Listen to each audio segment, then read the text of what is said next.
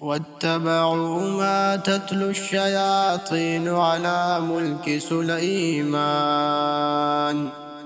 وما كفر سليمان ولكن الشياطين كفروا يعلمون الناس السحر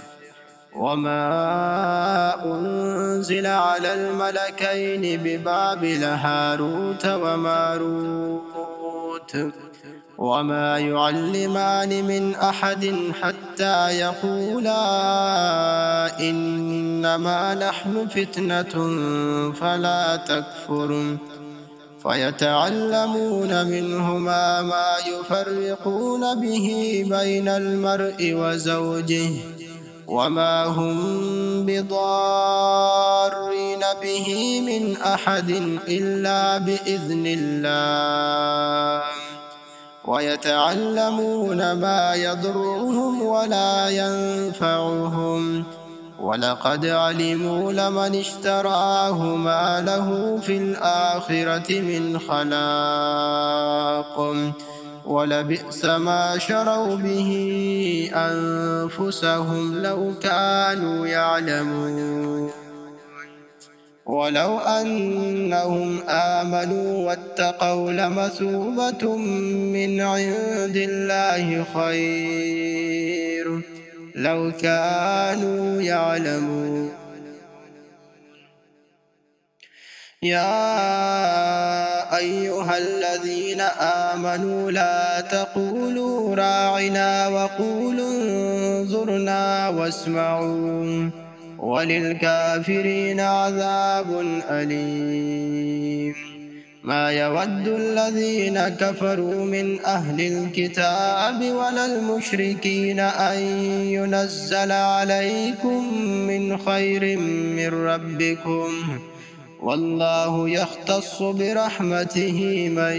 يشاء والله يختص برحمته من يشاء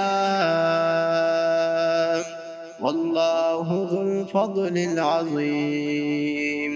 ما ننسخ من آية أو ننسها نأت بخير منها أو مثلها ألم تعلم أن الله على كل شيء قدير